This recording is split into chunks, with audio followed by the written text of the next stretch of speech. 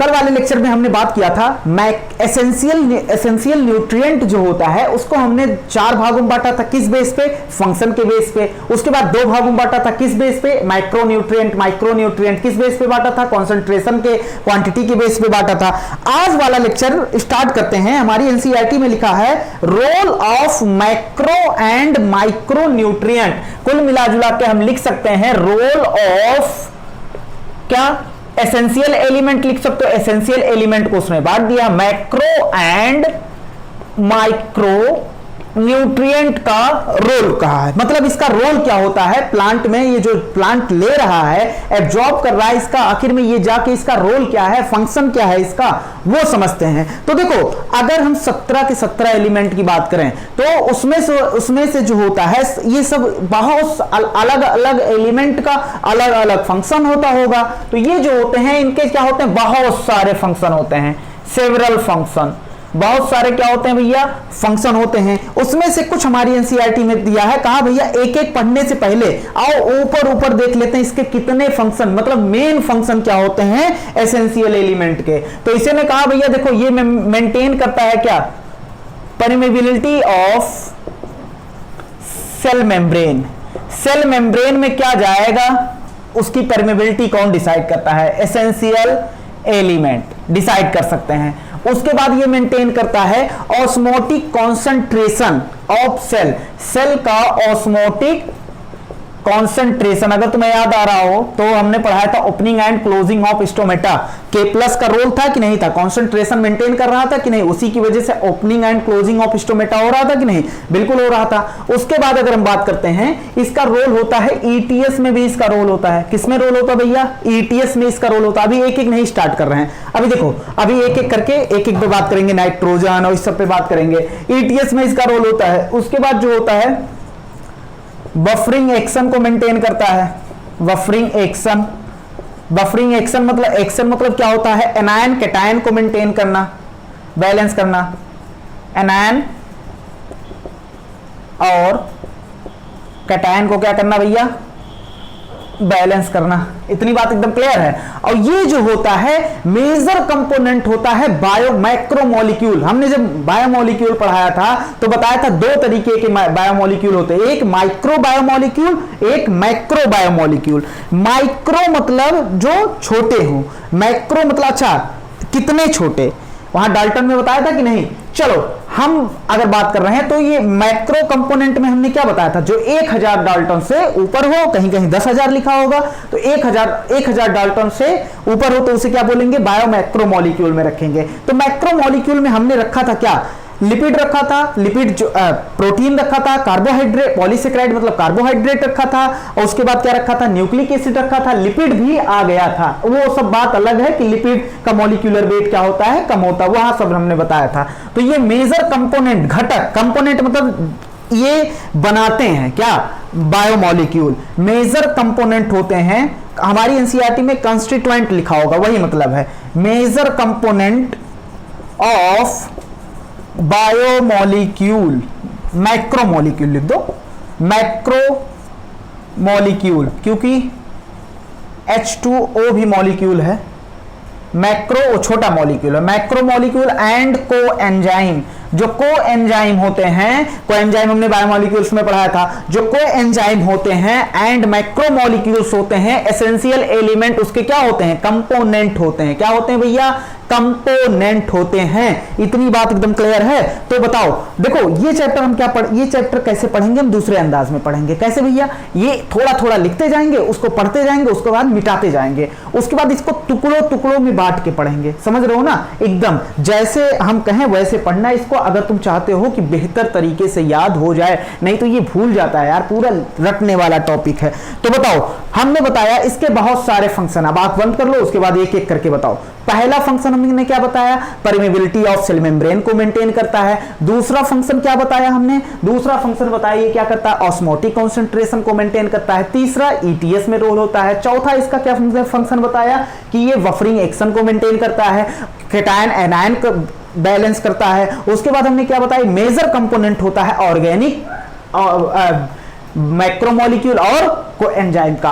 अब बात करते हैं, अच्छा एक बात बताओ, कितने हमने बताया था, हमने यहां क्या लिखा, मैक्रो, और यहां क्या है, माइक्रो। मैक्रो में क्या बताया था भैया, किससे कह दो, कहो पाक से, ना मांगे कश्मीर, ये बोला था। उसके बाद हमने बोला था, उसके बाद दूसरा ट्रिक क्या बताया था हमने, निकिल मंजन फेंको मोबाइल उठाओ।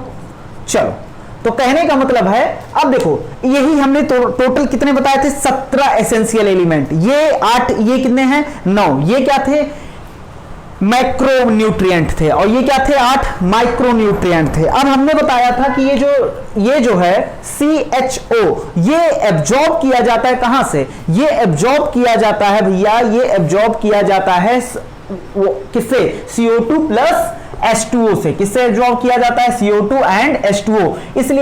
इसलिए इसे क्या बोल दिया जाता है, नॉन मिनरल एलिमेंट भी बोल दिया जाता है। ऐसा एलिमेंट जो सॉइल द्वारा एब्जॉर्ब हो उसे मिनरल एलिमेंट बोला जाता है। जैसे ये सब सॉइल द्वारा एब्जॉर्ब होते हैं तो इन्हें क्या बोलेंगे, मिनरल एलिमेंट। अब हमारी एनसीईआरटी में इसको नहीं दिया भैया, कार्बन हाइड्रोजन ऑक्सीजन का बात नहीं किया है। बात हमें किस पे करना है, और उसमें निकल का भी नहीं किया है, निकल का भी नहीं किया है। लेकिन हम अब टोटल बचे हुए कार्बन हाइड्रोजन ऑक्सीजन को छोड़ के निकल पे भी 2 लाइन हम देख लेंगे कि क्या कहना चाह रहा है। इस सब पे हमारी बात होनी है। कितने, 3 हटा दो, 17 में से 3 हटा दो, 14 एलिमेंट। एनसीईआरटी ने 13 एलिमेंट पे बात किया, हम बात करेंगे एक एक्स्ट्रा निकल पे भी बात कर लेंगे, 2 लाइन, 14 एलिमेंट पे बात करेंगे। देखो जब भी हम किसी एलिमेंट की बात करेंगे तो जरूर, अच्छा बताओ जरूरत किस सेल को होगी, अच्छा एलिमेंट मिनरल किस सेल को जरूरत होगी, जिसको एनर्जी की ज्यादा जरूरत होगी। एनर्जी की जरूरत कब पड़ेगी, जब सेल लगातार डिवाइड कर रहा हो। तो सबसे, हम बार बार इसको नहीं लिखेंगे, हम यही इसीलिए लिख दे रहे हैं, मैक्रो एंड माइक्रो न्यूट्रिएंट को सबसे ज्यादा रिक्वायर्ड बाई,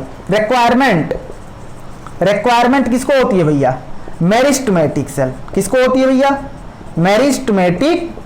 होती तो सबको है, पूरे प्लांट को है, लेकिन सबसे ज्यादा किसको होती है, मेरिस्टेमेटिक सेल। अब चाहे एपिकल मेरिस्टेमेटिक सेल हो, एपिकल मेरिस्टेमेटिक सेल हो, चाहे लेटरल हो। उसके बाद जो होता है बड को रिक्वायरमेंट होती है, जो नए नए लीफ आ रहे हैं वो लगातार डिवाइड कर रहे हैं, उनको लगातार किसकी जरूरत है, मिनरल की जरूरत है। तो सबसे ज्यादा मिनरल की मिनरल पूरे प्लांट को जरूरत है, लेकिन ज्यादा किसको जरूरत है, मेरिस्टेमेटिक सेल को। मेरिस्टेमेटिक सेल का, इतनी बात एकदम क्लियर हो गई। चलो अब एक एक करके बात करते हैं, एलिमेंट पे। पहला एलिमेंट है नाइट्रोजन, क्योंकि हमें कार्बन हाइड्रोजन ऑक्सीजन पे यहां बात नहीं करना, अगले चैप्टर में फोटोसिंथेसिस में बात कर लेंगे।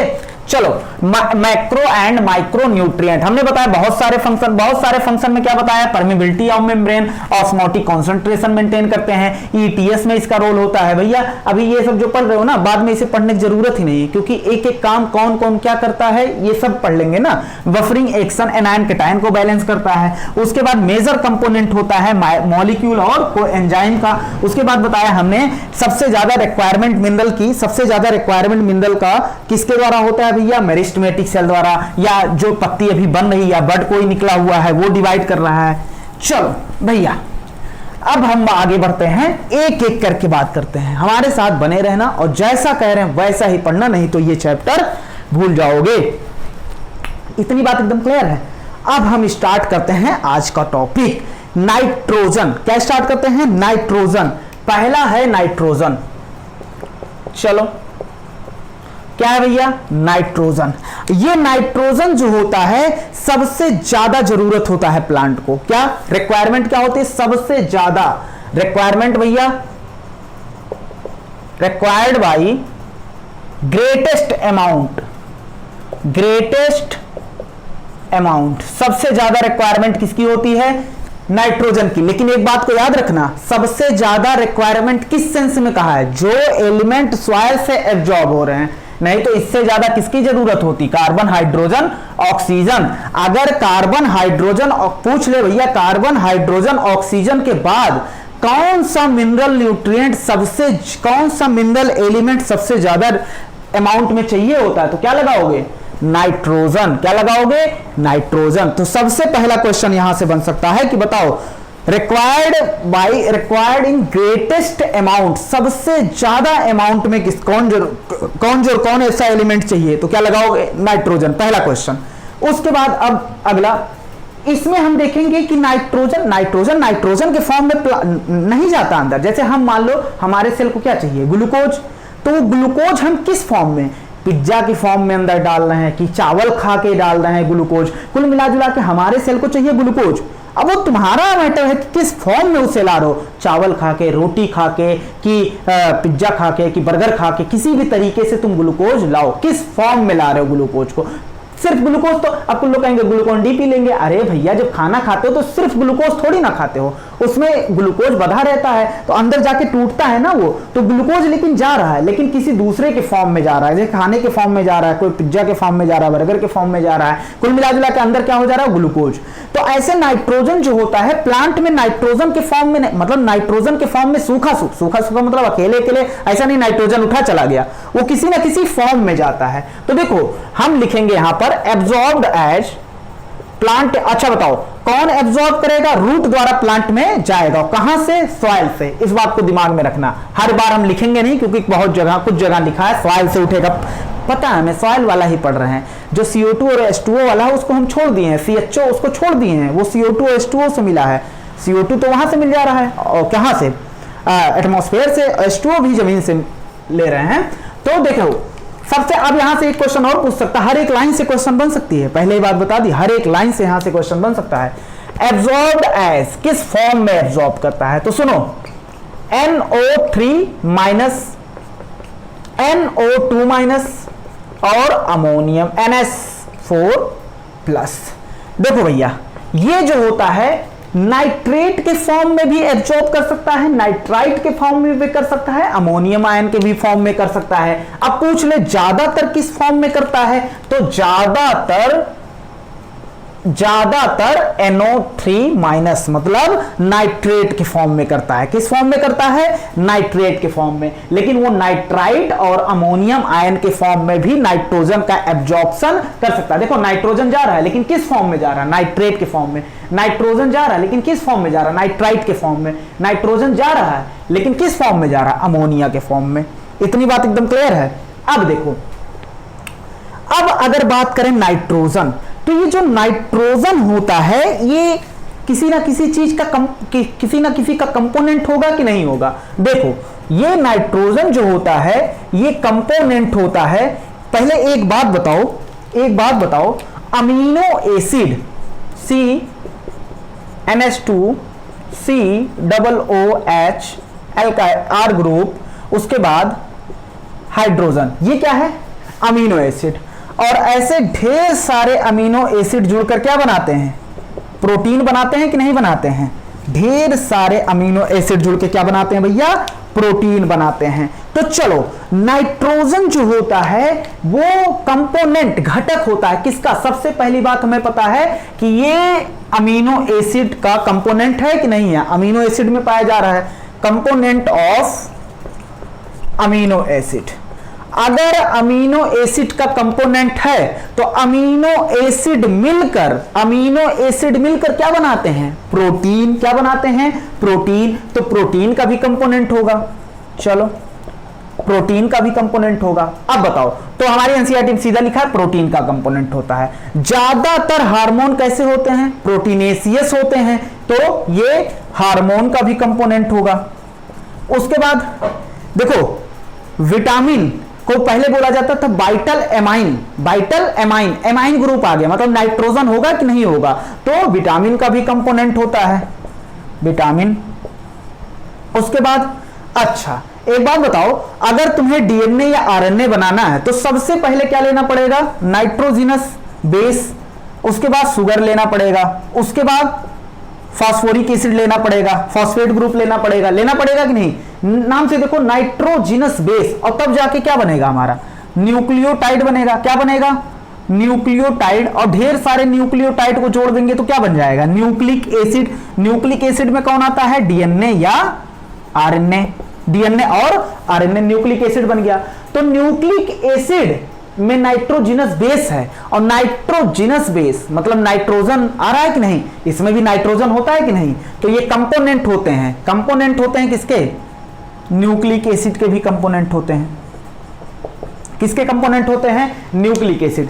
4 लोगों के कंपोनेंट होते हैं, प्रोटीन, हार्मोन, विटामिन, उसके बाद क्या, न्यूक्लिक एसिड। अगर एंजाइम भी लिख दे तो उसके भी कंपोनेंट नहीं होंगे क्या, मोस्ट ऑफ द एंजाइम क्या होते हैं, प्रोटीनेसियस होते हैं, बिल्कुल सही बात है। तो देखो nucleic acid, vitamin, hormone, protein किस किस फॉर्म में एब्जॉर्ब किया जाएगा, इनको एब्जॉर्ब किस फॉर्म में किया जाएगा, nitrate, nitrite, ammonium, nitrate, nitrite, ammonium के फॉर्म में। जल्दी से इसको जल्दी से रिवाइज करो, एकदम मतलब ऐसे आंख बंद करके पूरा नाइट्रोजन सोचो जल्दी से।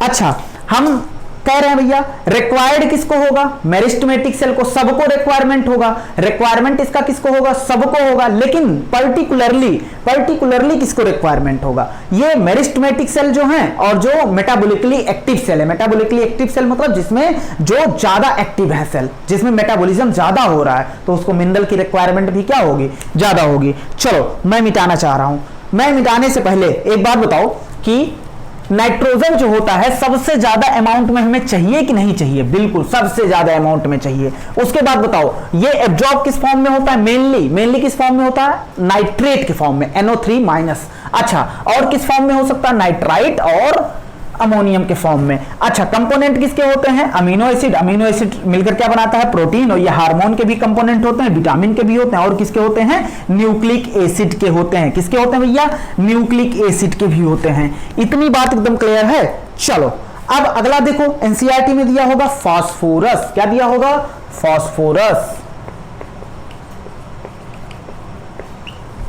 देखो भैया अब ये किस फॉर्म में एब्जॉर्ब किए जाते हैं, तो तुम सबसे पहली बात बताओ फास्फोरिक एसिड क्या होता है, H3PO4 होता है कि नहीं होता है। इसको अगर हम ऐसे लिखना चाहें तो क्या लिख सकते हैं कि नहीं लिख सकते हैं, देखो ये क्या है, फास्फोरिक एसिड। अब इसमें फास्फोरस है कि नहीं है, अगर फास्फोरिक एसिड अंदर चला जाए तो फास्फोरस आया कि नहीं आया, बिल्कुल आया। तो चलो अगर यहां से एक क्या निकाल दे, हाइड्रोजन निकाल दें तो माइनस हो जाएगा कि नहीं। अब देखो अगर अब एक हाइड्रोजन निकालने के बाद ये कैसे लिखेंगे, अभी तक क्या लिखा था, फास्फोरिक एसिड, हाइड्रोजन निकाल देंगे फॉस्फेट बन जाएगा कि नहीं। तो देखो ये एब्जॉर्ब किए जाते हैं, एब्जॉर्ब्ड एज किस फॉर्म में, देखो किस किस फॉर्म में एब्जॉर्ब किए जा सकते हैं ये। सबसे पहली बात, एक हाइड्रोजन हमने निकाल दिया तो क्या हो जाएगा, H3 का क्या हो जाएगा, H2PO4, एक माइनस आ गया कि नहीं आ गया, बिल्कुल आ गया। अरे भैया हाइड्रोजन हटा, H+ हटा तो माइनस आ गया।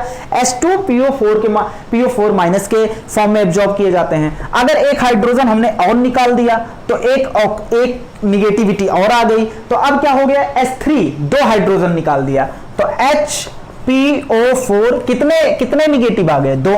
इस फॉर्म में भी एब्जॉर्ब हो सकता है। उसके बाद हमारी एनसीईआरटी में 2 ही लिखा है, लेकिन इसके रेफरेंस बुक में एक और लिखा, उसको भी लिख दे रहे हैं। अगर तीनों हाइड्रोजन को निकाल दो तो 3 निगेटिविटी आ जाएगा, तो अब हाइड्रोजन है ही नहीं तो क्या हो जाएगा, H है ही नहीं, PO4 3-। लेकिन ये क्या होता है, इसको ये बहुत कम एब्जॉर्ब किया जाता है प्लांट द्वारा, मेनली किसके द्वारा, H2PO4 लिख लो, उसके बाद क्या H2PO4- और उसके बाद क्या HPO4 2-। इतनी बात एकदम क्लियर है। चलो तो ये हो गया एब्जॉर्प्शन पे बात, क्या हो गया, एब्जॉर्प्शन पे बात। रिक्वायरमेंट किसको ज्यादा होगी, मेरिस्टेमेटिक टिश्यू को ज्यादा होगी। अच्छा, डिफरेंशिएटिंग टिश्यू जो अभी डिफरेंशिएट कर रहा है, मैच्योर हो रहा है। अब फास्फोरस के बारे में एक बात और याद रखना, ये कंपोनेंट होता है, देखना किसका किसका कंपोनेंट होता है, सेल मेम्ब्रेन का। सेल मेम्ब्रेन का कुछ लोग कहेंगे कंपोनेंट कैसे होता है, याद करो जब हमने तुम्हें पढ़ाया था कि सेल मेम्ब्रेन किसका बना होता है, फॉस्फोलिपिड का। किसका बना होता है, फॉस्फोलिपिड। तो फॉस्फोलिपिड में कहीं तुम फॉस्फो देख रहे हो, फॉस्फेट देख रहे हो, फॉस्फोरस देख रहे हो, तो फॉस्फोरस अगर मेम्ब्रेन में पाया जाता तो मेम्ब्रेन का कंपोनेंट नहीं हुआ। चलो ये जो होता है फास्फोरस जो होता है ये कंपोनेंट होता है। एक बात बताओ, हमने क्या बताया, न्यूक्लियोटाइड बनाने में क्या क्या चाहिए, न्यूक्लियोटाइड बनाए नाइट्रोजिनस बेस और पेंटोज शुगर चाहिए कि नहीं चाहिए। उसके बाद क्या, ये क्या है, फास्फोरस क्या है, फास्फोरिक एसिड चाहिए कि नहीं चाहिए। अब बताओ यहां फास्फोरस चाहिए कि नहीं चाहिए, तभी तो क्या बनेगा न्यूक्लियोटाइड। इसका मतलब कह देंगे न्यूक्लियोटाइड बनाने के लिए फास्फोरस चाहिए कि नहीं चाहिए, बिल्कुल चाहिए। तो फास्फोरस कंपोनेंट किसका है, न्यूक्लियोटाइड का। अच्छा, अब जब हम न्यूक्लियोटाइड बोल सकते हैं तो ऑल न्यूक्लिक एसिड बोल सकते हैं कि नहीं बोल सकते हैं। न्यूक्लिक एसिड भैया, न्यूक्लियोटाइड मिलकर क्या बनाएगा, न्यूक्लिक एसिड बनाएगा। तो जब न्यूक्लियोटाइड का कंपोनेंट है फास्फोरस, तो न्यूक्लियोटाइड से मिलकर क्या बना है, न्यूक्लिक एसिड, तो उसका भी कंपोनेंट होगा। उसके बाद देखना फास्फोरस जो होता है ये रिक्वायर्ड होता है, जरूरी होता है, रिक्वायर्ड फॉर जितने भी फॉस्फोराइलेशन रिएक्शन होते हैं, ऑल फॉस्फोराइलेशन रिएक्शन। फॉस्फोराइलेशन मतलब अभी समझ लो, अभी हम थोड़ा सा बता रहे हैं, इसमें ये फॉस्फोराइलेशन ना है, अभी ऐसा समझ लो इनऑर्गेनिक फॉस्फेट का जुड़ना फास्फोराइलेशन, एडीपी में फॉस्फेट का जुड़ना और क्या बना देना, एटीपी बना देना। अभी ये डिफिनीशन याद रख लो, इसे क्या बोलते हैं, फास्फोराइलेशन। तो भैया एडीपी एडिनोसिन डाइफॉस्फेट, उसके बाद इनऑर्गेनिक फॉस्फेट और क्या बन गया, एटीपी। क्या बन गया, एटीपी। तो बताओ इसमें फास्फोरस आ रहा है, फॉस्फेट आ रहा है, फास्फोरस आ रहा है कि नहीं आ रहा, बिल्कुल आ रहा है। और इस रिएक्शन को क्या बोलेंगे, फास्फोराइलेशन। तो सभी भी फास्फोराइलेशन रिएक्शन जो होंगे उसमें फास्फोरस चाहिए कि नहीं चाहिए, उसमें भैया फास्फोराइलेशन मतलब इनऑर्गेनिक फॉस्फेट ही जोड़ रहे हैं, तो फास्फोरस चाहिए कि नहीं चाहिए, बिल्कुल चाहिए। अब हमें तुम बताओ जल्दी से, इतनी बातें हमें बताओ कि फास्फोरस के बारे में जल्दी सोचो एक बार, आंख बंद करके एकदम सोच लो, आंख बंद करके सोचो जल्दी से। क्या क्या हमने बताया कि क्या होता है, चलो हम बता रहे हैं। तो फास्फोरस जो होता है एब्जॉर्ब होता है किस फॉर्म में, फॉस्फेट किस फॉर्म में भैया, H2PO4 माइनस HPO4 माइनस, और कभी कभी जो होता है PO4 3 माइनस के फॉर्म में भी एब्जॉर्ब हो सकता है। अच्छा एक बात बताओ, उसके बाद ये कंपोनेंट किसका होता है। देखो अभी तक ऐसा कोई नहीं आया जो कहते हैं हम रट लो, एकदम रट लो, कोई कॉन्सेप्ट नहीं बताया, सब कॉन्सेप्ट बता रहे हैं लेकिन अल्टीमेटली रटना ही है। चलो उसके बाद हमने क्या बताया, सेल मेम्ब्रेन जो होता है वो फॉस्फोलिपिड का बना होता है, इसलिए कंपोनेंट होता है सेल मेम्ब्रेन का। उसके बाद जो होता है इसमें जो होता है न्यूक्लियोटाइड का भी कंपोनेंट होता है, अगर न्यूक्लियोटाइड का है तो नाइट्रोजिनस बेस का भी क्या होगा, कंपोनेंट होगा। अगर हम बात करें उसके बाद कि ये जो होता है सभी टाइप के फॉस्फोराइलेशन रिएक्शन जो होते हैं उसके लिए क्या है, फास्फोरस जरूरी है कि नहीं जरूरी है, बिल्कुल जरूरी है। अब आगे बढ़ते हैं भैया, अब अगला टॉपिक है पोटेशियम। क्या है, पोटेशियम। चलो पोटेशियम को तुमने किस फॉर्म में देखा है, कितने फॉर्म में तुम पोटेशियम को देखे हो। पोटेशियम एक ही फॉर्म में देखा होगा K+, तो ये एब्जॉर्ब भी किस फॉर्म में होंगे, K+ के फॉर्म में एब्जॉर्ब होंगे। चलो भैया K+ के फॉर्म में एब्जॉर्ब होंगे, एब्जॉर्ब्ड एज K+। अच्छा पोटेशियम के बारे में हमने जब ये तुम्हें कैसे बताएं, opening and closing of stomata जब हमने पढ़ाया था तो बताया था H+ बाहर गया है तो उसको बैलेंस करने के लिए अंदर क्या आया है, K+। तो ये जो होता है पोटेशियम जो होता है ये मेंटेन करते हैं एनायन कैटायन बैलेंस। क्या मेंटेन करते हैं भैया, एनायन कैटायन वैलेंस को मेंटेन करते हैं। समझ गए बात को। अच्छा एनायन कैटायन बैलेंस मतलब K+ अगर अंदर जाएगा तो हमने बताया था ये क्या हो, वहां का ऑस्मोटिक कॉन्सेंट्रेशन बढ़ा दिया था तो अंदर का मटेरियल गाढ़ा हो गया था, तो बाहर से क्या आया था, बाहर से पानी आया था। अगर पानी आया था तो सेल टर्जिट हो जाएगा कि नहीं हो जाएगा। तो K+ जो होता है पोटेशियम जो होता है ये मेंटेन करते हैं टर्जिडिटी ऑफ सेल। किसको मेंटेन करते हैं, टर्जिडिटी ऑफ सेल को मेंटेन करते हैं। अच्छा जब सेल टर्जिट हो जाएगा तो स्टोमेटा क्या हो जाएगा, ओपन हो जाएगा। तो ये पोटेशियम जो होते हैं मदद करते हैं क्लोजिंग एंड ओपनिंग एंड, पहले क्लोजिंग लिख दिया यार, चलो opening and closing of stomata में मदद करते हैं। किसमें मदद करते हैं भैया, opening and closing of stomata में मदद करते हैं। उसके बाद देखना ये जो होते हैं एक्टिवेट करते हैं, पोटेशियम जो होता है ये क्या करता है, प्रोटीन सिंथेसिस कराता है, प्रोटीन सिंथेसिस में मदद करते हैं। क्या करते हैं भैया, प्रोटीन सिंथेसिस में मदद करते हैं। उसके बाद ये दो पॉइंट बिल्कुल अलग है, कॉन्सेप्ट से नहीं समझा सकते। ये एक्टिवेट करता है एक्टिवेट सर्टेन एंजाइम, कुछ एंजाइम को भी क्या करते हैं ये भैया, एक्टिवेट करते हैं। हमने 2 पॉइंट बताया जो एकदम क्या है, एक दूसरे से कनेक्टेड नहीं है। इसको चाहो तुम कनेक्ट कर सकते हो। एनायन केटायन बैलेंस करते हैं, उसके बाद जब K+ अंदर जाएगा तो बैलेंस करते हैं, मतलब H+ निकला, K+ अंदर गया, K+ अंदर जाएगा तो टर्जिडिटी ऑफ सेल होगा, सेल टर्जिट हो जाएगा, और सेल टर्जिट हो गया तो स्टोमेटा क्या हो जाएगा, ओपन हो जाएगा कि नहीं, opening and closing of stomata भी करते हैं। लेकिन 2 बातें हमने बताया जो बिल्कुल अलग है, प्रोटीन सिंथेसिस में भी मदद करते हैं और ये एक्टिवेट करते हैं कुछ एंजाइम को, कुछ एंजाइम को क्या करते हैं भैया, एक्टिवेट करते हैं। चलो इतनी बात एकदम क्लियर है। चलो अब आगे बढ़ते हैं, कैल्शियम, किस पे बात करते हैं, कैल्शियम पे बात कर लेते हैं। कैल्शियम, इसके बाद हम पूरा रिवाइज करेंगे जितना हमने पढ़ा है, नाइट्रोजन से लेकर कैल्शियम तक। चलो कैल्शियम पे अगर हम बात करें तो कैल्शियम जो होता, तुमने किस फॉर्म में कैल्शियम को अभी तक देखा है, किस फॉर्म में भैया, Ca2+ के फॉर्म में एब्जॉर्ब होते हैं। किस फॉर्म में एब्जॉर्ब होते हैं, Ca2+ के फॉर्म में एब्जॉर्ब होते हैं। अब ये देखो, ये किसमें मदद करते हैं, ये सिंथेसिस करवाते हैं, मदद करते हैं सिंथेसिस ऑफ सेल वॉल। अगर तुम्हें याद हो तो सेल वॉल के बीच में एक ब्रिज पाया गया था, उसे मिडिल लैमेला बोला गया था कि नहीं बोला गया था, मिडिल लैमेला। और मिडिल लैमेला को बना कौन रहा है, कैल्शियम पैक्टेट। कौन, किससे बना है, कैल्शियम पैक्टेट। तो बताओ इसमें कैल्शियम आया कि नहीं आया, तो कह सकते हैं कैल्शियम जो होता क्या बनाता है, सेल वॉल, कैसे, मिडिल लैमेला बनवा कर। इतनी बात एकदम क्लियर है। उसके बाद जो होता है, ये जो होते हैं कैल्शियम जो होता है, ये मेम्ब्रेन फंक्शनिंग में मदद करते हैं। किसमें, मेम्ब्रेन फंक्शनिंग मतलब परमिएबिलिटी में भी मदद करते हैं, मेम्ब्रेन के फंक्शन में मदद करते हैं। मेम्ब्रेन फंक्शनिंग मतलब क्या होता है भैया, permeability.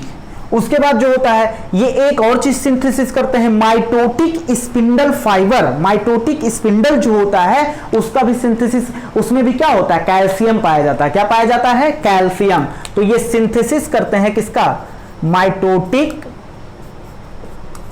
Spindle, mitotic spindle fibre भी लिख सकते हो। उसका क्या करते हैं, सिंथेसिस करते हैं। इतनी बात एकदम क्लियर है। अच्छा बताओ, हमने बताया ये जो होता है ये भी क्या करते हैं, कुछ एंजाइम को एक्टिवेट करते हैं, एक्टिवेट सर्टेन एंजाइम। कुछ एंजाइम को क्या करते हैं भैया, एक्टिवेट करते हैं। उसके बाद ये जो होता है, इनका इंपॉर्टेंट रोल होता है, रेगुलेट करते हैं मेटाबॉलिक एक्टिविटी को। जो सेल के अंदर मेटाबॉलिक एक्टिविटी चल रहा है उसको क्या करते हैं, ये कैल्शियम रेगुलेट करते हैं। तो रेगुलेटिंग मेटाबॉलिक एक्टिविटी, किसको भैया रेगुलेट करते हैं, मेटाबॉलिक एक्टिविटी। चलो अभी तक हमने क्या बताया, चलो कैल्शियम Ca2+ के फॉर्म में एब्जॉर्ब होते हैं। उसके बाद हमने वो क्या बताया, सिंथेसिस ऑफ सेल वॉल बनाते हैं। कैसे, मिडिल लैमेला बनाकर। मिडिल लैमेला किसका बना होता है, कैल्शियम पैक्टेट का। उसके बाद हमने बताया सिंथेसिस ऑफ माइटोटिक स्पिंडल भी करते हैं। उसके बाद हमने बताया ये जो होता है एक्टिव, ये क्या करते हैं, मेम्ब्रेन फंक्शनिंग में मदद करते हैं, मेंटेन करते हैं, उसके फंक्शन को मेंटेन करते हैं, एक्टिवेट करते हैं कुछ एंजाइम को। क्या पोटेशियम भी कुछ एंजाइम को एक्टिवेट कर रहा था, बिल्कुल। और ये रेगुलेट करते हैं किसके, मेटाबॉलिक एक्टिविटी को क्या करते हैं, रेगुलेट करते हैं, संभालते हैं। इतनी बात एकदम क्लियर है। चलो एक बात और इसमें देखना, एनसीईआरटी में लिखा है, ये एक्यूमुलेट सबसे ज्यादा पाए जाते हैं, इकट्ठा होते हैं किसमें, एक्यूमुलेट होते हैं, एक्यूमुलेट इन ओल्डर लीफ, या क्या बोल दो, ओल्डर पार्ट। ओल्डर लीफ या पार्ट में क्या होते हैं, एक्यूमुलेट होते हैं। इसका मतलब समझो, बताओ ये मोबाइल एलिमेंट है कि इमोबाइल एलिमेंट है, बताओ जल्दी से, ये मोबाइल एलिमेंट है कि इमोबाइल एलिमेंट है। कैल्शियम जो होता है वो क्या होता है, इमोबाइल एलिमेंट होता है। तो मतलब यहां से कहीं ये ट्रांसफर हो नहीं सकता, तो ट्रांसफर नहीं हो सकता तो यहां क्या होगा, इकट्ठा होगा कि नहीं होगा, बिल्कुल इकट्ठा होगा। चलो अब इससे देखो यार एक क्वेश्चन भी बन सकता है। हमने जो बताया था मोबाइल एलिमेंट और इमोबाइल एलिमेंट, PKN बताया था कि नहीं बताया था। उसके बाद कहा था सल्फर को भी मोबाइल में रख दो। चलो तो मोबाइल एलिमेंट जो होता है एक जगह से दूसरी जगह जा सकते हैं। तो और इमोबाइल एलिमेंट एक जगह से दूसरी जगह नहीं जा सकते। तो ये दिखेंगे किसमें, ओल्डर पार्ट में ज्यादा दिखेंगे क्योंकि वहां इकट्ठा हो जाएंगे। तो कैल्शियम में लिखा है जो एक्यूमुलेट इन ओल्डर लीफ, क्यों लिखा है, क्योंकि ये जो होता है इमोबाइल एलिमेंट होते हैं। क्या होते हैं भैया, इमोबाइल एलिमेंट होते हैं। एम्स होता तो क्वेश्चन असर्शन रीजन जो पूछता, कहता भैया ये एक्यूमुलेट होते हैं किसमें, ओल्डर लीफ में। किसमें एक्यूमुलेट होते हैं, ओल्डर लीफ में। पूछता क्यों, ये हो गया असर्शन। रीजन होता कि क्योंकि ये रीजन होता कैल्शियम क्या होता है, इमोबाइल एलिमेंट होता, तुरंत ए जाता क्योंकि रीजन असर्शन को एक्सप्लेन कर रहा है। इतनी बात एकदम क्लियर, छोड़ो वो सब बातें। अब भैया इतनी बात एकदम क्लियर है। अब चारों हम क्या करेंगे, टुकड़ों टुकड़ों में पढ़ेंगे, चारों रिवाइज करेंगे। पहले इसको पूरा देखो एक बार, फिर चारों हम क्या करते हैं, रिवाइज करते हैं।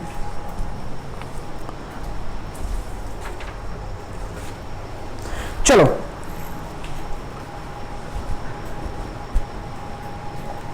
चलें, देखो हमने बात किया था नाइट्रोजन, किस पे बात किया था, नाइट्रोजन पे बात किया था। नाइट्रोजन जो होता है सबसे ज्यादा अमाउंट में चाहिए। ये नाइट्रेट NO3- के फॉर्म में ज्यादातर एब्जॉर्ब होते हैं, लेकिन ये नाइट्राइट और NO2- और अमोनियम आयन के फॉर्म में भी एब्जॉर्ब हो सकते हैं। ये जो होता है कंपोनेंट होते हैं प्रोटीन के, हार्मोन के, विटामिन के। उसके बाद किसके कंपोनेंट होते हैं, ये होते हैं विटामिन के हो गए, हार्मोन के हो गए, उसके बाद किसके हो गए भैया, हाँ न्यूक्लिक एसिड के कंपोनेंट होते हैं। उसके बाद हमने बताया फास्फोरस क्या होता है, फास्फोरस जो होता है एब्जॉर्ब किस फॉर्म में होते हैं, HPO4- H2PO4 2- PO4 3- के फॉर्म में, PO4 3- छोड़ दो फॉर्म में, ऊपर वाले दो फॉर्म में एब्जॉर्ब होते हैं। और उसके बाद जो होता है ये कंपोनेंट होते हैं, किस के कंपोनेंट होते हैं, ये जो होता है ये बायोलॉजिकल, ये सेल मेम्ब्रेन के कंपोनेंट होते हैं। उसके बाद जो होता है ये न्यूक्लिक एसिड के कंपोनेंट होते हैं, न्यूक्लियोटाइड के कंपोनेंट होते हैं। अब सभी टाइप के फास्फोराइलेशन जो रिएक्शन होते हैं उसमें इनका क्या होता है, ये यूज होते हैं। उसके बाद हमने बताया पोटेशियम, इधर नहीं देखना, बोर्ड की तरफ नहीं देखना। पोटेशियम हमने बताया, तो पोटेशियम जो होता है एब्जॉर्ब होता है K+ के फॉर्म में। ये एनायन केटायन बैलेंस करते हैं। उसके बाद जो होता है टर्जिडिटी ऑफ सेल को मेंटेन करते हैं और opening and closing of stomata कराते हैं। प्रोटीन सिंथेसिस में भी मदद करते हैं, एक्टिवेट करते हैं, कुछ एंजाइम को क्या करते हैं, एक्टिवेट करते हैं। उसके बाद हमने बताया कैल्शियम जो होता है किस फॉर्म में जो एब्जॉर्ब होता है, CO2+ के फॉर्म में एब्जॉर्ब होता है। उसके बाद ये सिंथेसिस ऑफ सेल वॉल का सिंथेसिस करवाने में मदद करते हैं। कैसे, मिडिल लैमेला बनाकर। मिडिल लैमेला किसका बना होता है, कैल्शियम पेक्टेट, तो कैल्शियम पेक्टेट में कैल्शियम पाया जा रहा है। उसके बाद ये जो होता है माइटोटिक स्पिंडल भी बनाते हैं। उसके बाद जो होता है नॉर्मल फंक्शनिंग में मदद करते हैं और उसके बाद एक्टिवेट करते हैं, कुछ एंजाइम को भी एक्टिवेट करते हैं, रेगुलेट करते हैं क्या, मेटाबॉलिक एक्टिविटी को। एक्यूमुलेट किसमें होता है, यंग लीफ में या ओल्डर लीफ में, ओल्डर लीफ में क्या होते हैं, एक्यूमुलेट होते हैं। अब अगला टॉपिक हमारा होगा मैग्नीशियम। क्या है, मैग्नीशियम। तो देखना भैया मैग्नीशियम को देख लो थोड़ा सा। मैग्नीशियम देखो, हम मैग्नीशियम और मैंगनीज दोनों एक साथ पढ़ेंगे। मैग्नीशियम और मैंगनीज दोनों एक साथ पढ़ेंगे। चलो, मैग्नीशियम जो होता है किस फॉर्म में एब्जॉर्ब होता है, डाइवैलेंट फॉर्म में। डाइवैलेंट मतलब डाई मतलब दो, वैलेंट मतलब बैलेंसी। किस फॉर्म में एब्जॉर्ब होता है, absorb as divalent form.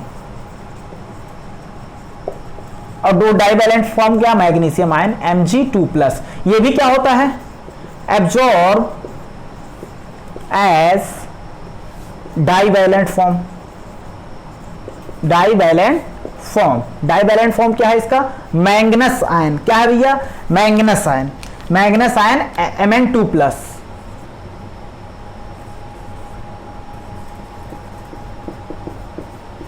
Mn2+ के फॉर्म में एब्जॉर्ब होते हैं। किस फॉर्म में एब्जॉर्ब होते हैं भैया, Mn2+ के फॉर्म में एब्जॉर्ब होते हैं। उसके बाद जो होता है ये मैग्नीशियम जो होता है, इन दोनों के बीच में अभी हम सिमिलरिटी बता रहे हैं। ये भी डाइवैलेंट के फॉर्म में एब्जॉर्ब होता है, ये भी डाइवैलेंट के फॉर्म में एब्जॉर्ब होता है। अच्छा, ये क्या है, मोनोवैलेंट है कि नहीं है, ये क्या है, मोनोवैलेंट है क्योंकि एक चार्ज है इस पे। चलो, अब एक वैलेंसी है। अब देखते हैं भैया आगे, तो ये क्या होता है, दूसरा पॉइंट देखते हैं। ये क्या करते हैं, एक्टिवेट करते हैं, activate enzyme of respiration and photosynthesis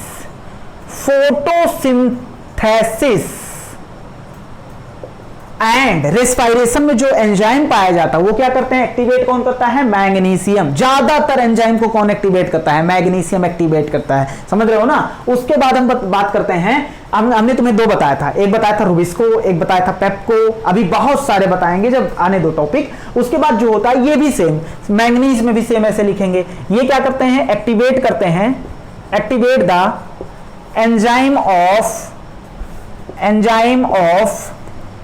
respiration and photosynthesis and respiration में यूज होने वाले एंजाइम को क्या कर रहे हैं भैया, एक्टिवेट कर रहे हैं। लेकिन इसमें एक और बढ़ा लेना तुम, नाइट्रोजन मेटाबॉलिज्म। क्या बढ़ा लेना, नाइट्रोजन मेटाबॉलिज्म। इसमें नहीं है नाइट्रोजन मेटाबॉलिज्म, ये नाइट्रोजन मेटाबॉलिज्म में पाया जा, नाइट्रोजन की मेटाबॉलिज्म में जो एंजाइम यूज होते हैं उसको भी क्या करते हैं, ये एक्टिवेट करते हैं। क्या करते हैं, एक्टिवेट करते हैं। चलो अब दोनों के बीच अब ये हो गया भैया सिमिलरिटी। क्या हो गया, सिमिलरिटी। अब हम इसको अलग पढ़ेंगे और इसको क्या करेंगे, अलग पढ़ेंगे। चलो मैग्नीशियम जो होता है, मैग्नीशियम जो होता है वो क्या होता है, मैग्नीशियम जो होता है ये मदद करता है सिंथेसिस ऑफ डीएनए और आरएनए, मतलब न्यूक्लिक एसिड। मैग्नीशियम किस में मदद करता है, synthesis of DNA and RNA. किसमें मदद करता है भैया, डीएनए और आरएनए में क्या करता है, मदद करता है। अगला देखना, कुल मिला जुला के इसको न्यूक्लिक एसिड लिख देगा अगर तो गलत नहीं होगा बात, क्योंकि न्यूक्लिक एसिड में कौन आता है, डीएनए और आरएनए। उसके बाद ये जब क्लोरोफिल हम बनाएंगे तो बताएंगे ऐसे ऐसे क्लोरोफिल रहेगा और बीच में क्या होगा, मैग्नीशियम होगा। क्या होगा, मैग्नीशियम। तो ये क्या होता है, कंपोनेंट होता है, कंपोनेंट ऑफ क्लोरोफिल। ये है component of ring structure of chlorophyll. Chlorophyll का जो रिंग स्ट्रक्चर होता है उसमें उसका कंपोनेंट क्या होता है, मैग्नीशियम। उसमें क्या होता है, कंपोनेंट, नाइट्रोजन भी होता है।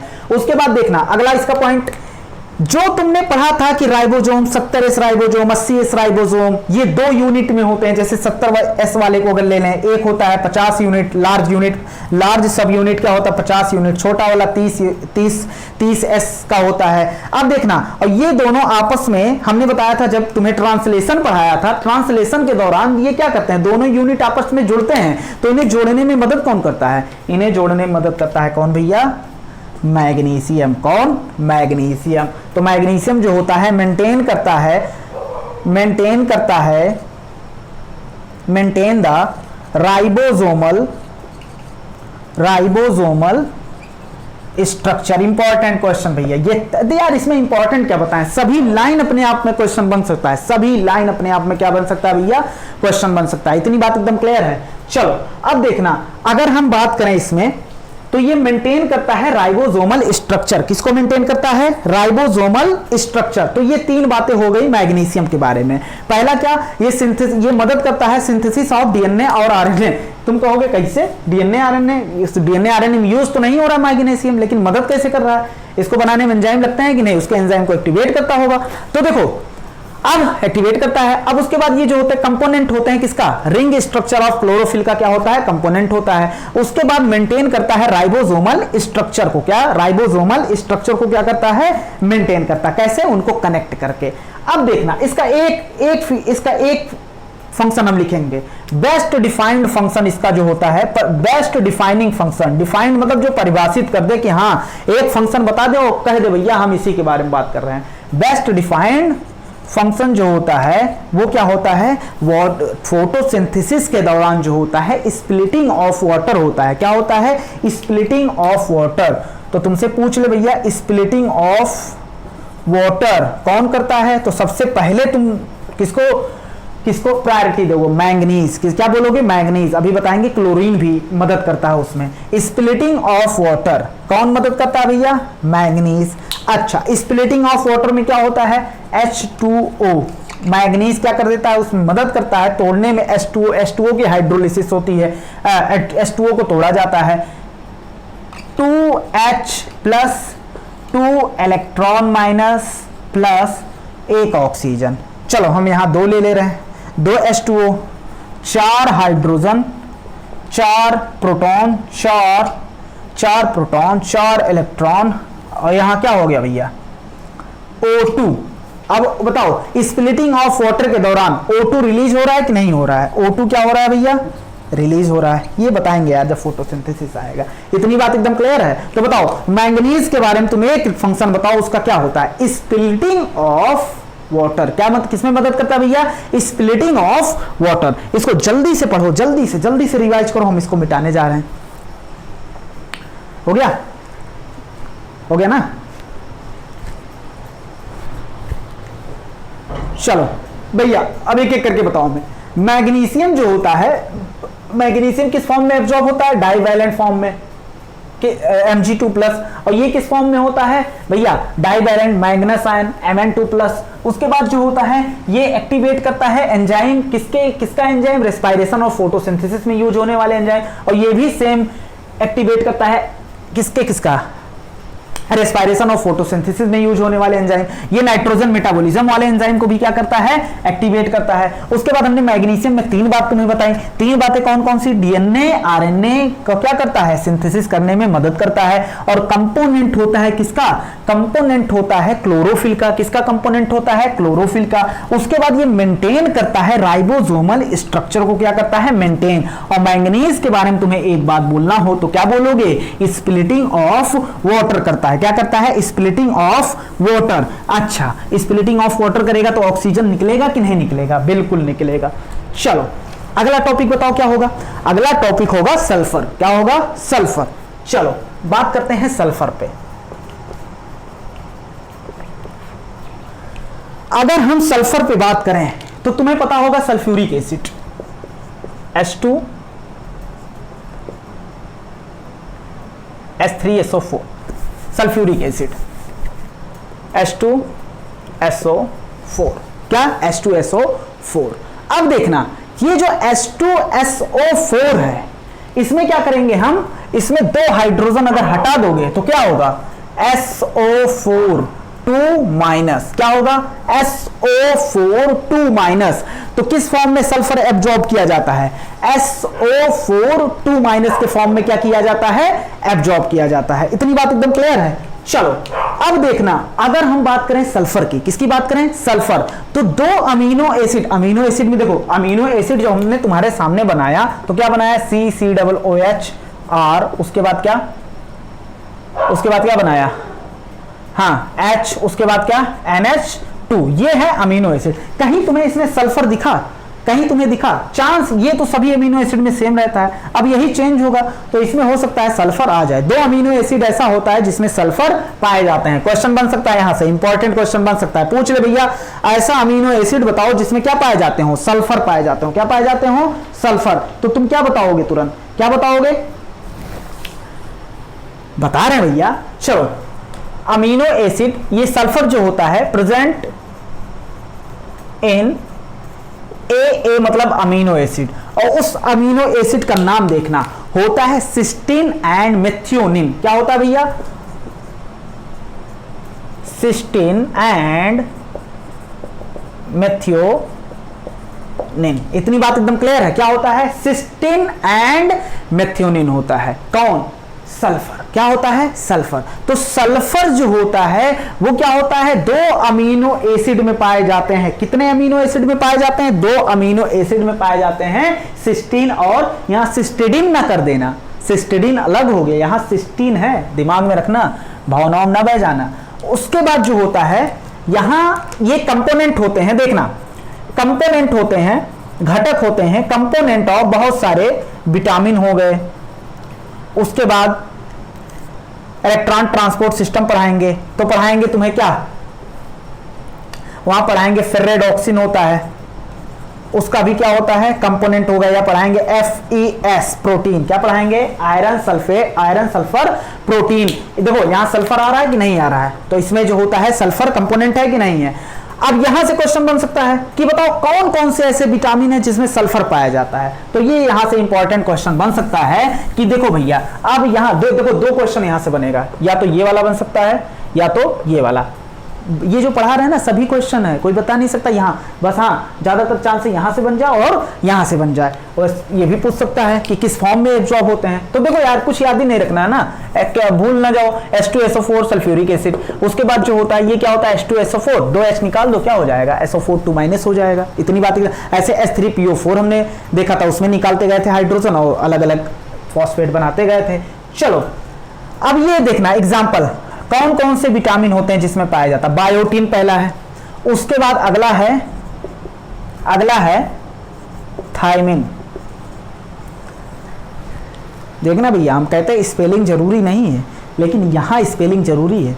ये थायमिन नाइट्रोजिनस बेस है, और ये जो थायमिन यहां जो दिया हुआ है ये इसका स्पेलिंग है ऐसे थायमिन। तो जल्दी जल्दी हमें जल्दी नहीं करना है, थोड़ा बहुत कहीं कहीं हमने बताया है, जैसे रेनिन हो गया, स्पेलिंग भी देखना है। डबल एन वाला रेनिन, एक सिंगल एन वाला रेनिन होता है, तो स्पेलिंग देखना है। बायोटिन हो गया, उसके बाद देखना थायमिन हो गया, उसके बाद कोएंजाइम ए, क्या कोएंजाइम ए, ये क्या होते हैं, विटामिन होते हैं। इसमें क्या पाया जाता है, सल्फर। तो कितने विटामिन है, 3। कितने विटामिन है, 3। बायोटिन, थायमिन, उसके बाद क्या होता है कोएंजाइम ए, जिसमें क्या पाया जाता है, सल्फर पाया जाता है। क्या पाया जाता है, सल्फर। अब मैं इसको क्या करूंगा, मिटाना चाहूंगा। पहले बताओ, इतनी बात एकदम क्लियर है, मैं इसको मिटा सकता हूं कि नहीं मिटा सकता हूं, इजाजत है। चलो अब मैं इसको मिटाऊंगा। बताओ सल्फर किस फॉर्म में एब्जॉर्ब होते हैं, SO4 2-। उसके बाद ये प्रेजेंट किस दो अमीनो एसिड में प्रेजेंट होते हैं, कौन कौन से, सिस्टीन और मिथ्योनिन। उसके बाद जो होता है ये कंपोनेंट होते हैं किसके, विटामिन के। जो विटामिन में कौन कौन विटामिन, बायोटिन, थायमिन और कोएंजाइम ए। उसके बाद जो होता है ये क्या होते हैं, फेर्रोडॉक्सिन का भी, फेर्रोडॉक्सिन में भी कंपोनेंट होता है, FES प्रोटीन में भी कंपोनेंट होते हैं। चलो FES प्रोटीन, फेर्रोडॉक्सिन क्या होता है ये सब पढ़ेंगे जब रेस्पिरेशन आएगा, ETS आएगा। अब हम फिर पढ़ने जा रहे हैं क्या, आयरन। क्या पढ़ने जा रहे हैं, आयरन। उसके बाद हम इसके साथ कंपेयर करके पढ़ेंगे कॉपर का। किसको कंपेयर करेंगे, कॉपर का। जैसे मैग्नीशियम को मैंगनीज के साथ कंपेयर करके पढ़े थे, वैसे हम आयरन को किसके साथ कंपेयर करके पढ़ेंगे, कॉपर के साथ। चलो अच्छा, आयरन के कितने फॉर्म तुमने देखे हैं, 2। ये एब्जॉर्ब होते हैं, एब्जॉर्ब्ड होते हैं, या तो ये या तो क्या, Fe3+ फेरिक आयन। क्या भैया, फेरिक आयन। और ये जो होते हैं एब्जॉर्ब भी हो सकते हैं, Fe2+ फेरस आयन के फॉर्म में भी क्या हो सकते हैं, एब्जॉर्ब होते हैं। दोनों फॉर्म में क्या हो सकते हैं, एब्जॉर्ब। लेकिन मेनली किस फॉर्म में होते हैं, मेनली अगर तुम्हें लगाना हो तो Fe3+ के फॉर्म में क्या होते हैं, एब्जॉर्ब होते हैं।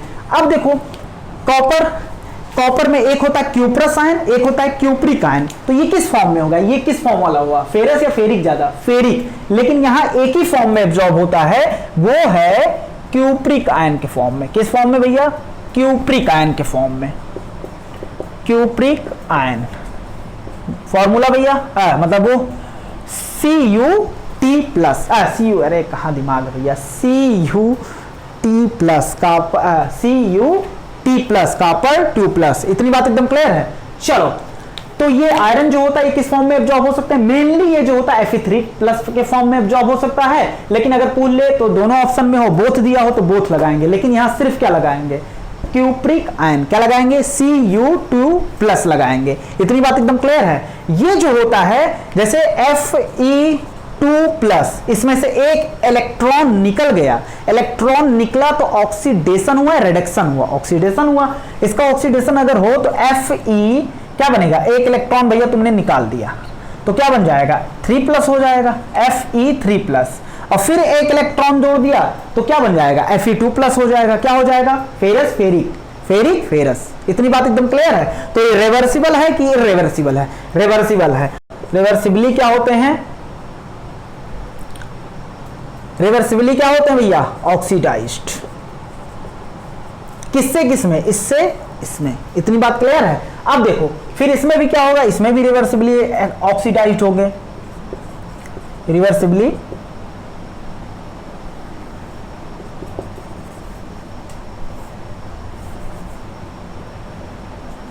ऑक्सीडाइज्ड, रिवर्सिबली ऑक्सीडाइज होंगे। किससे किसमें, देखो Cu+, इसमें से एक इलेक्ट्रॉन निकाल दो तो क्या हो जाएगा, Cu2+ इलेक्ट्रॉन तुमने निकाल दिया और फिर इसमें एक इलेक्ट्रॉन जोड़ दो, क्या बन जाएगा, Q+ बन जाएगा। क्या बन जाएगा, Q+। इतनी बात एकदम क्लियर है। लेकिन एब्जॉर्ब किस फॉर्म में किया जाता है, क्यूप्रिक आयन। तो दोनों के बीच में कॉमन चीज समझ गए।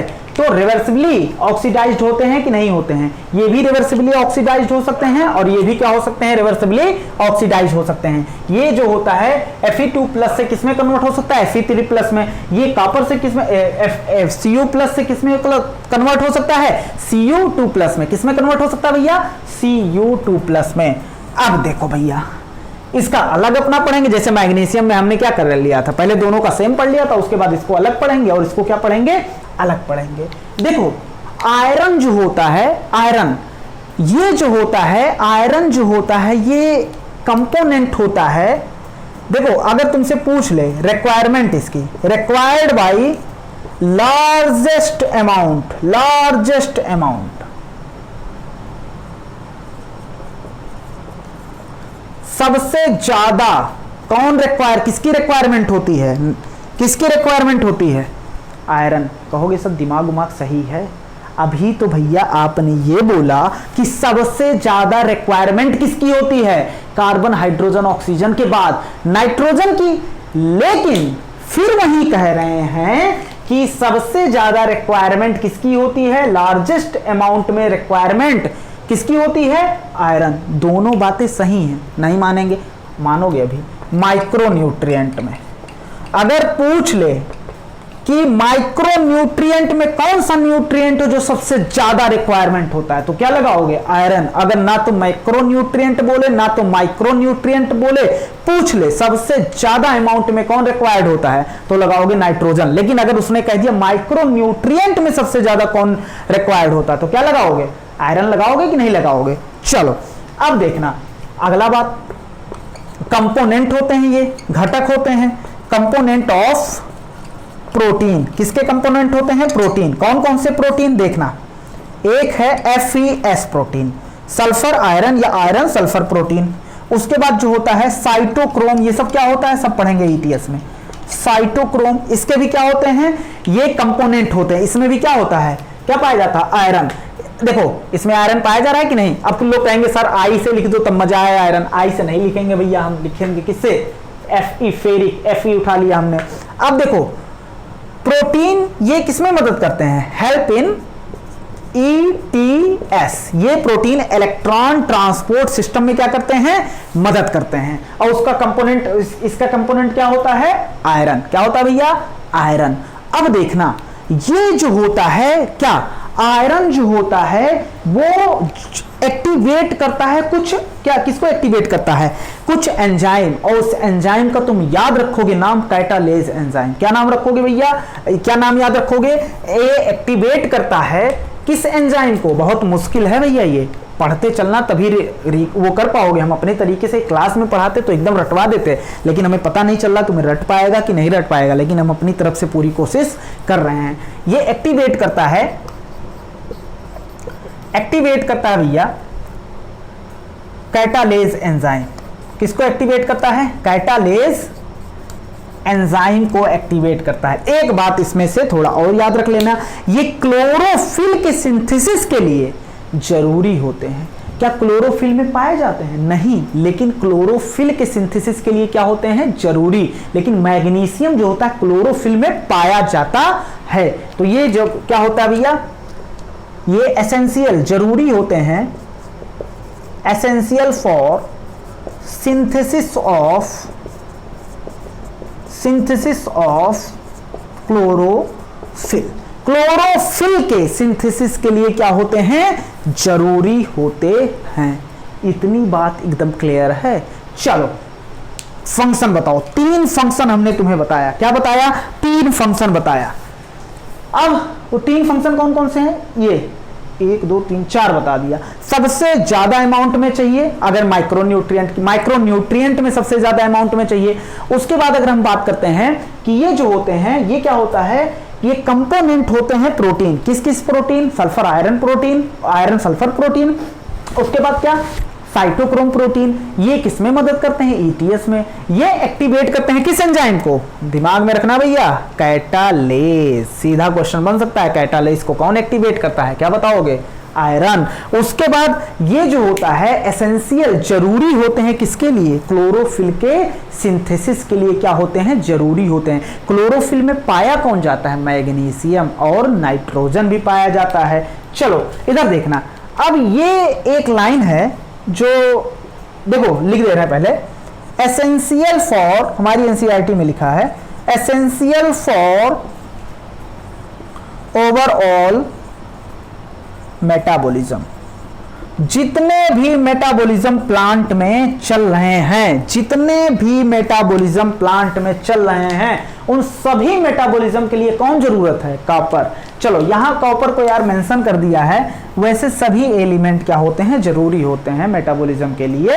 तो लेकिन यहां अगर ये लाइन सीधा पूछ ले, सीधा यही लाइन उठा दे, वैसे सभी जरूरी होते हैं तो नहीं आएगा, लेकिन मान लो ऐसा सीधा लाइन उठा दे तो लिख लेंगे भैया क्या, एसेंशियल फॉर ओवरऑल मेटाबॉलिज्म, जितने भी मेटाबॉलिज्म प्लांट में है उसके लिए जरूरी कौन होता है, तो क्या लगाएंगे, सीधा लाइन उठा दिया तो कॉपर लगा देंगे। नो टेंशन, समझ रहे हो, इतना बर्डन नहीं लेना कि क्या है सही है क्या गलत है, इतनी बात एकदम क्लियर है। चलो इसको रटो जल्दी से, हम मिटाएं, मिटाएं, हो गया।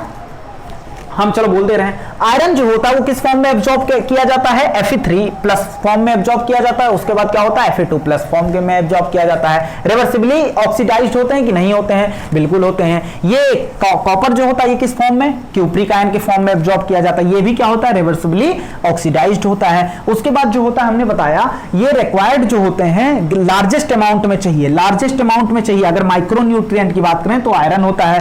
कंपोनेंट होते हैं प्रोटीन के, FES प्रोटीन के, साइटोक्रोम के। उसके बाद ये हेल्प करते हैं किसमें, ईटीएस में। उसके ये दोनों प्रोटीन किसमें हेल्प करते हैं, ईटीएस में। एक्टिवेट करते हैं कैटालेज एंजाइम को और जरूरी होते हैं क्लोरोफिल सिंथेसिस के लिए। चलो अब बात करते हैं, ये दूसरा कॉपर वाला जो होता है ओवरऑल मेटाबॉलिज्म में क्या होता है, इन्वॉल्व होता है। इसमें एंजाइम पाए जाते हैं जो रिडॉक्स रिएक्शन, ऑक्सीडेशन रिडक्शन कराते हैं। चलो अब देखना, अगर हम बात करें अगला हमारा टॉपिक होगा जिंक। सीरियल से पता नहीं क्या जिंक ही होगा, अगर जिंक नहीं होगा तो ठीक है, सब कवर अप कर रहे हैं हम धीरे धीरे। जिंक को तुमने किस फॉर्म में देखा है, जिंक जो होता है वो क्या होता है, Zn2+ के फॉर्म में। किस फॉर्म में एब्जॉर्ब होता है भैया, Zn2+ के फॉर्म में एब्जॉर्ब होता है। और जिंक जो होता है ये एक्टिवेट करता है बहुत सारे एंजाइम को, एक्टिवेट सेवरल एंजाइम। किसको एक्टिवेट करता है भैया, सेवरल एंजाइम। हमने बताया था, एक तुम्हें बताया था एल्कोहल डिहाइड्रोजिनेज, क्या बताया था, एल्कोहल डिहाइड्रोजिनेज को एक्टिवेट करता है कि नहीं करता, तुमने कहा था, हाँ शुरू में ही बताया था। अब दो हम यहां नया बताएंगे, कार्बोनिक एनहाइड्रेज। क्या भैया, कार्बोनिक एनहाइड्रेज को क्या करता है, एक्टिवेट करता है। उसके बाद ये एक्टिवेट करता है जो हमारी एनसीईआरटी में लिखा है, कार्बोक्सिलेज लिखा है स्पेशली। किसको एक्टिवेट करता है, कार्बोक्सिलेज को एक्टिवेट करता है। तो हमारे लिए इंपॉर्टेंट ये है, और ये तो पहले ही पढ़ा दिए हैं, इतनी बात एकदम क्लियर है। अब देखो एक लाइन इसमें और लिखेंगे, खत्म। सबसे ज्यादा ये नीडेड इन सिंथेसिस, अगर तुम्हें ऑक्सीजन की सिंथेसिस करनी है तो उसके लिए जरूरी कौन है, उसके लिए जरूरी है needed in synthesis of oxygen.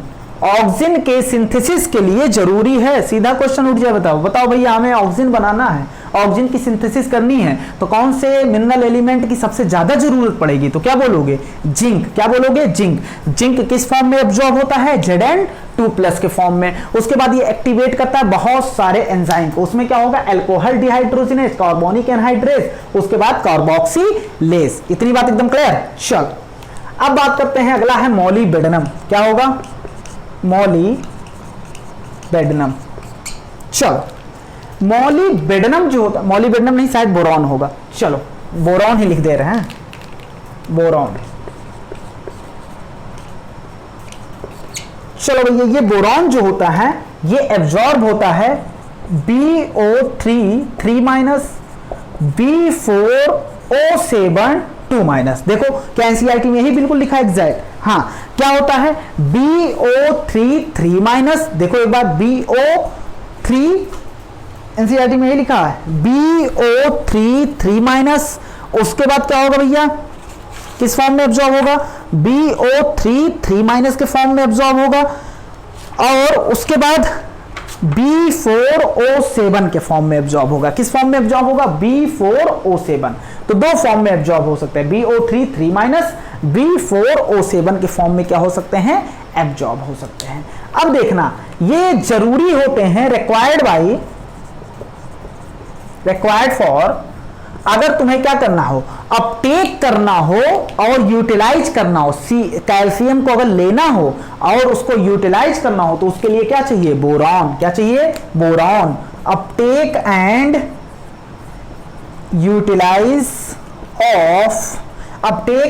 Utilise of calcium.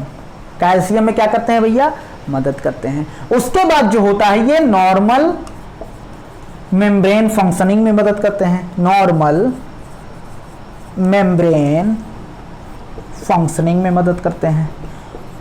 उसके बाद अगला, पॉलन जर्मिनेशन, जो स्टिग्मा पर पॉलन जर्मिनेट होता है, उसमें भी कौन मदद करता है, बोरॉन। तो ये पॉलन जर्मिनेशन में मदद करते हैं, पॉलन जर्मिनेशन। अच्छा, पॉलन जर्मिनेशन के बाद ये सेल का इलोंगेट होना या सेल का मैच्योर होना, उसमें भी ये मदद करते हैं। तो सेल इलोंगेशन एंड डिफरेंशिएशन में भी मदद करते हैं। किस में मदद करते हैं, डिफरेंशिएशन में। सबसे इंपॉर्टेंट क्वेश्चन, ये ट्रांसलोकेशन ऑफ शुगर में भी क्या करते हैं, मदद करते हैं। क्या, translocation of, important question, translocation of sugar. Sugar के ट्रांसलोकेशन में कौन मदद करता है, बोरान। बोरान ऐसे नहीं है, एक बात नहीं, बताओ बोरान किस फॉर्म में एब्जॉर्ब होता है, BO3 3 minus, BO3 3 minus, B4O7 किस फॉर्म में, B4O7 2 माइनस। अच्छा, ये किस लिए जरूरी होते हैं, अपटेक अगर करना है या यूटिलाइज करना है किसका, कैल्शियम का, तो ये जरूरी है। नॉर्मल मेम्ब्रेन फंक्शनिंग में भी जरूरी होते हैं, पॉलन ग्रेन जर्मिनेशन में भी जरूरी होते हैं, सेल इलोंगेशन में भी जरूरी होते हैं, ट्रांसलोकेशन ऑफ शुगर में भी क्या होते हैं भैया, ये जरूरी होते हैं।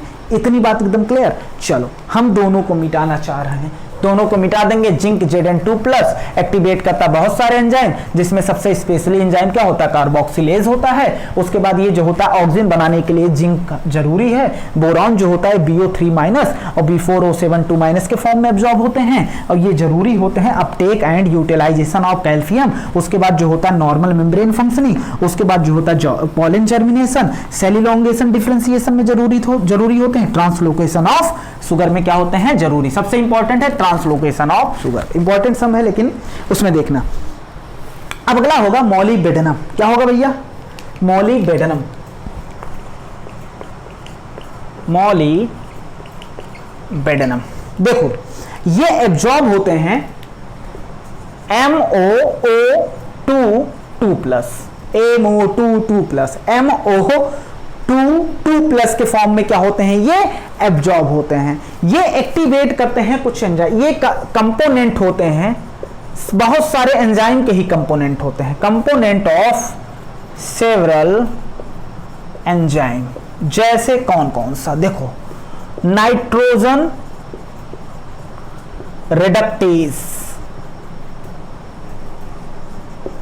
रिडक्टेज और नाइट्रोजिनेज। क्या भैया, नाइट्रोजिनेज। तो नाइट्रोजन रिडक्टेज और नाइट्रोजिनेज, इसमें क्या होता है, ये दोनों को क्या करते हैं, दोनों का कंपोनेंट होता है, और ये दोनों किसमें मदद करते हैं, नाइट्रोजन के मेटाबॉलिज्म में। किसमें मदद करते हैं, नाइट्रोजन मेटाबॉलिज्म में मदद करते हैं। इतनी बात एकदम क्लियर है। चलो, अब भैया आगे बढ़ते हैं। अगला होगा तो मॉलिबेडेनम जो होता है किस फॉर्म में एब्जॉर्ब होता है, MOO2+ के फॉर्म में। ये कंपोनेंट होते हैं बहुत सारे एंजाइम, कंपोनेंट होते हैं बहुत सारे एंजाइम, उसमें नाइट्रोजन रिडक्टेज दिया है, नाइट्रोजिनेज दिया है। ये दोनों क्या कराते हैं, नाइट्रोजन मेटाबॉलिज्म कराते हैं। Is this clear.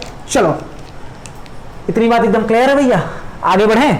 अब अगला दिया होगा, अगला देखो एनसीईआरटी में क्या दिया होगा, क्लोरीन। लास्ट एनसीईआरटी में क्या दिया है, क्लोरीन।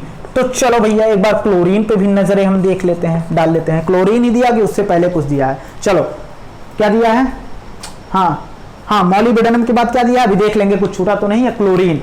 चलो देखते हैं भैया, ये जो क्लोरीन जो होता है, क्लोरीन ये किस फॉर्म में एब्जॉर्ब होते हैं, Cl माइनस। क्लोरीन किस फॉर्म में एब्जॉर्ब होते हैं भैया, Cl माइनस। और ये जरूर ये भी अच्छा बताओ, स्प्लिटिंग ऑफ वाटर कौन कराया था, मैंगनीज। लेकिन वहां जरूरी क्या, क्लोरीन भी जरूरी होते हैं। Essential for splitting of water. Splitting of water के लिए क्लोरीन जरूरी है कि नहीं जरूरी है, बिल्कुल जरूरी है। देखो एनसीईआरटी ने कहा है क्लोरीन के साथ सोडियम, पोटेशियम और क्लोरीन मिलकर ये डिटरमाइन करते हैं, निर्धारित करते हैं क्या, डिटरमाइन द ऑस्मोटिक कॉन्सेंट्रेशन। क्या डिटरमाइन करते हैं भैया, ऑस्मोटिक कॉन्सेंट्रेशन को क्या करते हैं, डिटरमाइन करते हैं। किसको डिटरमाइन करते हैं, ऑस्मोटिक कॉन्सेंट्रेशन को डिटरमाइन करते हैं। एंड एनायन कैटायन बैलेंस को क्या करते हैं, अभी तक हमने क्या पढ़ा था, पोटेशियम जो होता है एनायन कैटायन बैलेंस को मेंटेन करता है। लेकिन अब हम तीन जानते हैं, सोडियम, पोटेशियम और क्लोरीन, ये जो होता है एनायन कैटायन वैलेंस को मेंटेन करते हैं।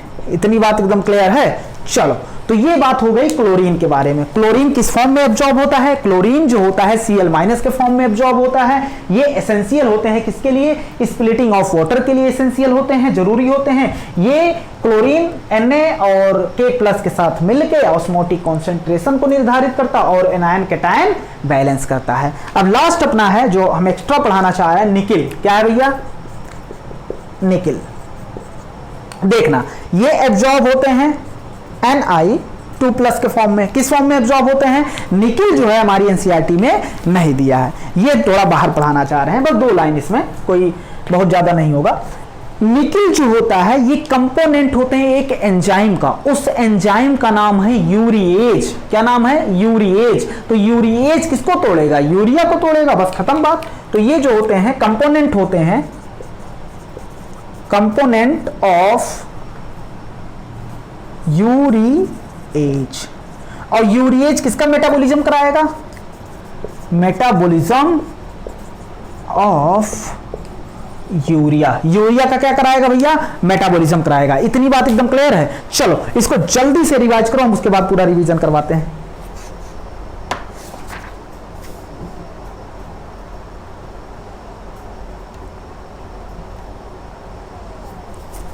चलो भैया सारे टॉपिक कवर अप किए गए हैं, कोई सब कुछ सारे टॉपिक कवर कर लिए गए हैं। अब चलो हम पूरा लेक्चर जैसे क्लास में बोलते हैं, आज क्लास वाली स्टाइल में पूरी लेक्चर को क्या कर दे रहे हैं, बोल दे रहे हैं, क्योंकि डिमांड है भैया। डिमांड किसका है, ये चैप्टर, ये टॉपिक डिमांड कर रहा है कि उसी तरीके से पढ़ाया जाए। चलो हमने बताया था शुरू से हम बोलेंगे, पूरा जल्दी जल्दी बोल दे रहे हैं। कॉपी बंद कर दो और उसके बाद जैसे क्लास में करते थे यार, बस्ता कहते थे रख लो, लेकिन बस्ता वाला दिन नहीं है अभी। तो रिवाइज कराएं, लेक्चर कहाँ से स्टार्ट होता था ये भी पूछते थे, बड़ा याद आ रहा है यार क्लास, क्या बताएं।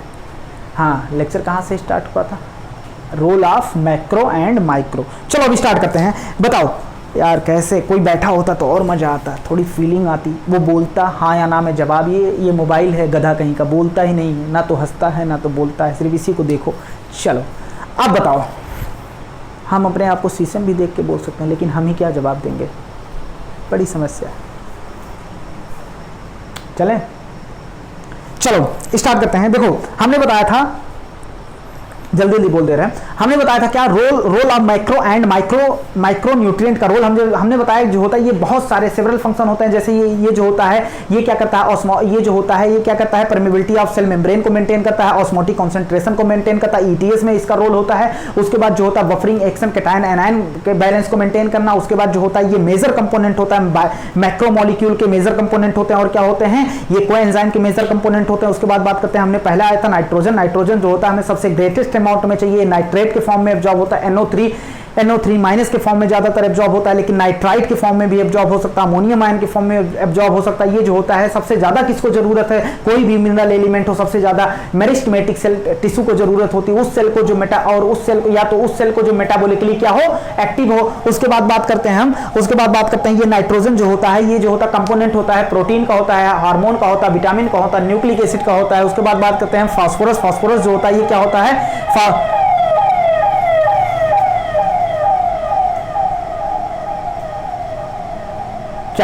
चलो फास्फोरस जो होता है वो क्या होता है, फास्फोरस जो होता है फॉस्फेट आयन के फॉर्म में एब्जॉर्ब होता है। जैसे क्या हो गया, HPO4 माइनस हो गया, H2PO4 माइनस हो गया, उसके बाद HPO4 माइनस हो गया, ये इस फॉर्म में एब्जॉर्ब होता है। फास्फोरस जो होता है ये भी क्या होते हैं, कंपोनेंट होते हैं किसके, ये कंपोनेंट होता है सेल मेम्ब्रेन का, क्योंकि सेल मेम्ब्रेन बना होता है, फास्फोलिपिड का बना होता है। उसके बाद बात करते हैं ये जो होता है न्यूक्लियोटाइड का कंपोनेंट होता है। उसके बाद जो होता है न्यूक्लिक एसिड का होता है, ये जरूरी होते हैं सभी फास्फोराइलेशन रिएक्शन के लिए। पोटेशियम उसके बाद आया था, पोटेशियम जो होता है उसके बाद क्या आया था, पोटेशियम आया था। पोटेशियम जो होता है, पोटेशियम जो होता है ये K+ के फॉर्म में एब्जॉर्ब होता है, ये एनायन कैटायन बैलेंस करते हैं। उसके बाद टर्जिडिटी ऑफ सेल को मेंटेन करते हैं।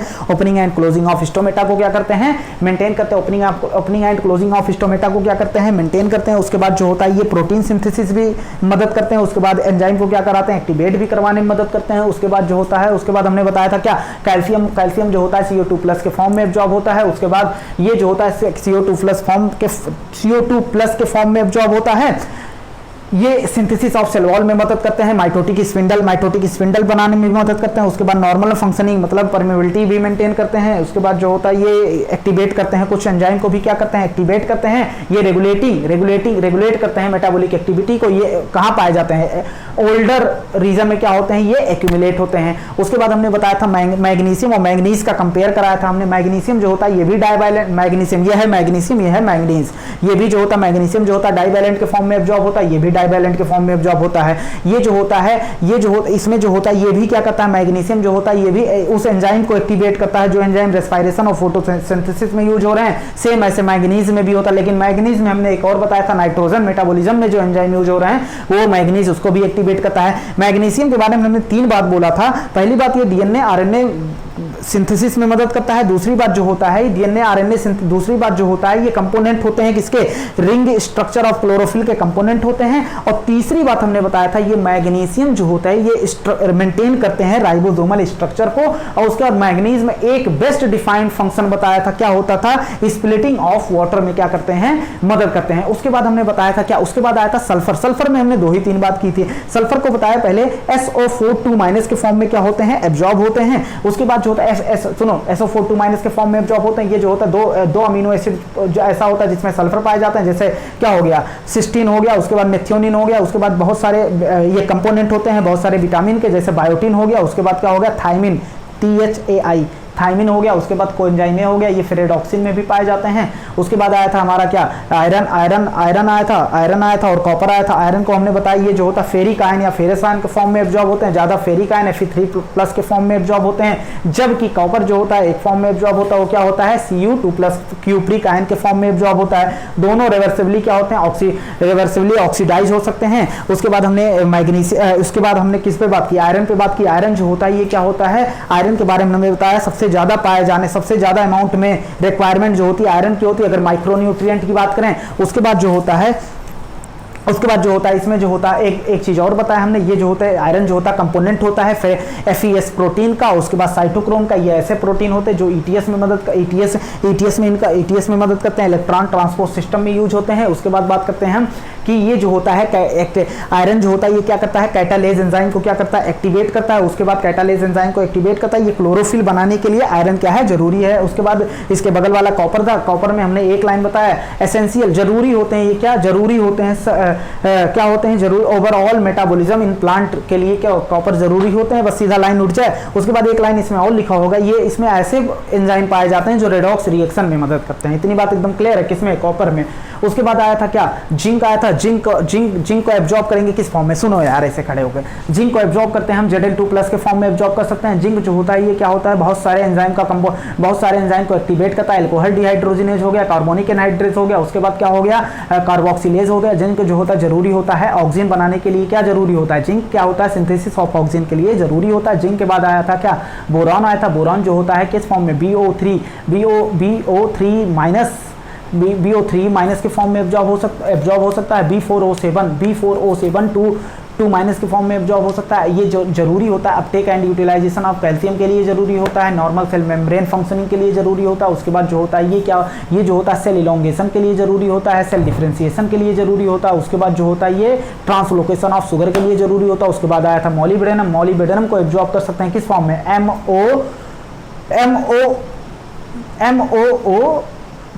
MOO2 प्लस के फॉर्म में क्या कर सकते हैं, MOO2 प्लस मतलब ऊपर 2 प्लस के फॉर्म में क्या कर सकते हैं, एब्जॉर्ब कर सकते हैं। उसके बाद जो होता है मॉलिब्डेनम जो होता है कंपोनेंट होता है नाइट्रोजन रिडक्टेज, नाइट्रोजनेज, ये मदद करते हैं दोनों एंजाइम नाइट्रोजन मेटाबॉलिज्म। उसके बाद आया था क्या, क्लोरीन। उसके बाद आया था क्लोरीन जो होता है Cl माइनस के फॉर्म में एब्जॉर्ब किया जाता है। उसके बाद जो होता है ये जो होता है क्लोरीन जो होता है वहाँ मॉलिब्डेट आयन दिया होगा, मतलब वही MOO2 प्लस को मॉलिब्डेट आयन लिखा होगा। उसके बाद बात करते हैं क्लोरीन जो होता है ये भी जरूरी होते हैं स्प्लिटिंग ऑफ वाटर के लिए, क्या होते हैं, जरूरी होते हैं। उसके बाद जो होता है ये क्लोरीन जो होता है सोडियम और पोटेशियम के साथ मिलकर ये डिटरमाइन करते हैं osmotic concentration, anion cation balance करते हैं। उसके बाद जो होता है निकिल, ये जो होता है निकिल जो होता है ये किस फॉर्म में एब्जॉर्ब होता है, Ni2+ के फॉर्म में एब्जॉर्ब होते हैं। ये जो होते हैं कंपोनेंट होता है यूरिएज एंजाइम का। यूरिएज जो होता है किसकी मेटाबॉलिज्म कराता है, यूरिया का।